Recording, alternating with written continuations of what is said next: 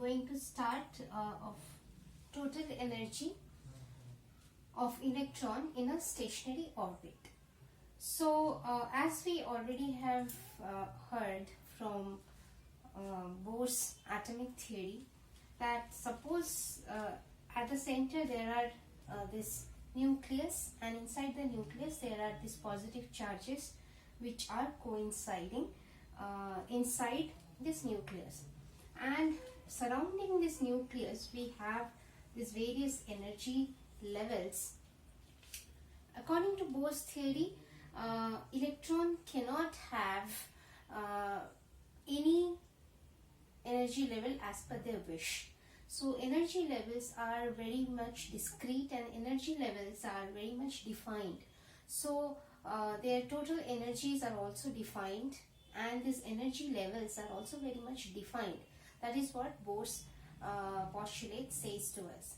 So now here we are going to kind of derive what is the total energy of the level, and how these levels are kind of arranged inside the atom from the nucleus onwards.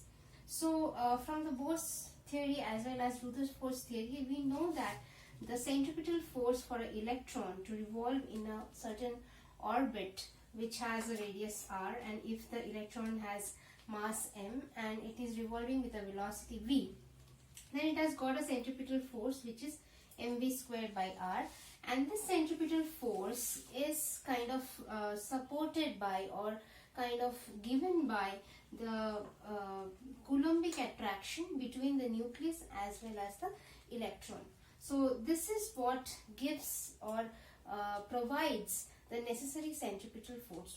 That is the Coulombic attraction force, and this Coulombic attraction force is given by 1 by 4 pi epsilon naught Z e squared by r square. So here Z is the atomic number, E is the number of positive charge with the charge amount, electronic charge amount, and the radius is r. So this we have used in previous many other derivation also, and what we see is the Coulombic force necessary or necessary centripetal force is provided by the Coulombic force that is here. So that's why we are equating, and once we equate we get mv square is this much, right? Now since we are talking about the energy, so energy means there would be a kinetic energy for the electrons that is moving around, as well as there will be certain potential energy, and we know the potential energy is given by this, that is 1 by 4 pi epsilon naught Ze, that is the positive charge with the electron with a negative charge divided by r.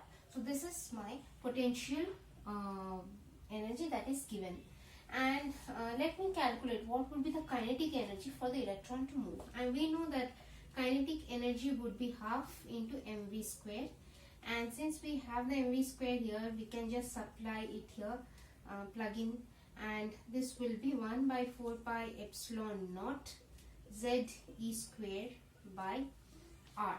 So this becomes the total kinetic energy. So I'm not going to in more simplification of this, because we are looking at the total energy. So total energy would be kinetic energy as well as the potential energy. So we already know the potential energy, and this is the kinetic energy.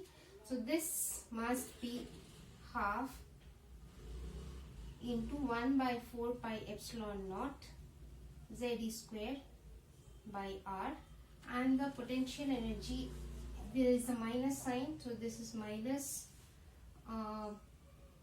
1 by 4 pi epsilon naught, again Ze square by r, right? So if we just add it up now, then we can say that if we take common 1 by 4 pi epsilon naught r and Ze square, we take common, means this is half minus 1, then we get half minus 1 is minus half, so this is minus half into, from here we get minus half into this part, that is Ze square by 4 pi epsilon naught r. This is my total energy that we are getting. Now, this is very similar that we have got from Rutherford's calculation also. So here now we are going to introduce the concept of Bohr's quantization process. In the sense, in Bohr's postulate, Bohr has introduced this quantum concept where the orbital quantum number or the orbital number was used n. So here if we have to plug in, you see everything else is a constant, only r is what will be varying from orbit to orbit. And we have already derived the radius formula in our previous derivation. So we are just going to plug in the radius formula using the quantum number, or from Bohr's theory we have derived radius of these orbits, and that we are going to plug in here.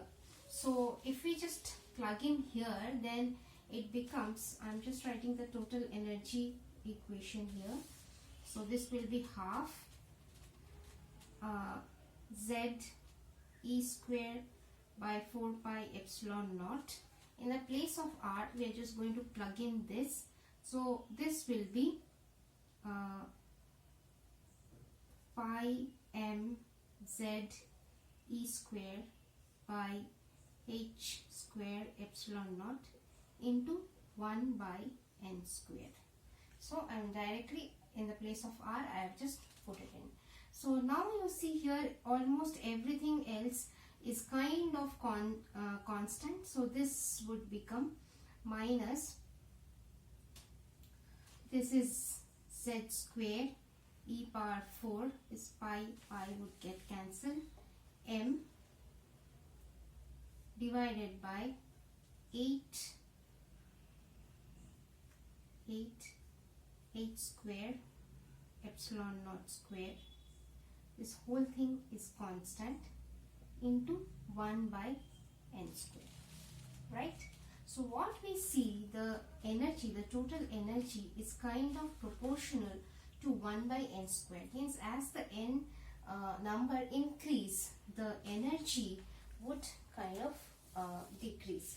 So what we see, the lower n, it means that if the lower number of n is there, means the energy, the total energy of the orbit is kind of high. So and this is n equal to 1, n equal to 2, and so on.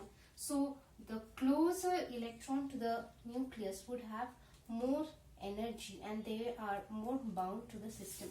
So if we talk about the hydrogen atom where Z equal to 1, then putting Z equal to 1, I can write E equal to minus e to the power 4 into m by 8 h square epsilon naught square into 1 by n square, right? So this part, this is for the hydrogen atom, and here also what we see, there is a minus sign. This minus sign says that energy is a kind of bound system. Here electrons are bound to the nucleus with this particular energy. This negative energy says it's a bound system where electrons are bound to the nucleus. And as the number of these orbits goes on increasing, the energy is very less. Therefore, as you go farther away from the nucleus, the energies are less. And suppose this is the constant. This constant, if I just directly write, this is 13.6 electron volt in the unit of electron volt. So if n is equal to 1, then this is 13.6 into 1. So I am not writing it. So 13.6 electron volt, it is when n equal to 1 is the energy for the first orbit, right? The next orbit where n equal to 2, therefore 2 square will be 4. So 13.6 divided by 4 would be 3.4 electron volt, which is the energy of the second orbit. So first orbit is 13.6 electron volt. Second orbit is somewhere around 3.4 electron volt. Next one 1.5 electron volt, and so on. And this is what we see, that the electrons are bound. And this, as we see, this is the first orbit where n equal to 1 and the energy is minus 13.6 electron volt. Next one is 3.4 minus 3.4 electron volt, where n equal to 2. Next one n equal to 3, which is minus 1.5 electron volt. So what we see, that energies are actually reducing as the numbers are going higher, or as the electrons that are there in the orbit which is far away from the nucleus. And again, this concept of quantization of energy, so energy of this orbit cannot have any value. This is also quantized based on the number of this orbital number, or this is also called a quantum number, which decides that what would be the energy of that particular numerical of the orbit. So it cannot have any number of the energy as it wishes. It is very discrete and it has a very definite energy that Bohr has told us, and that's what we see.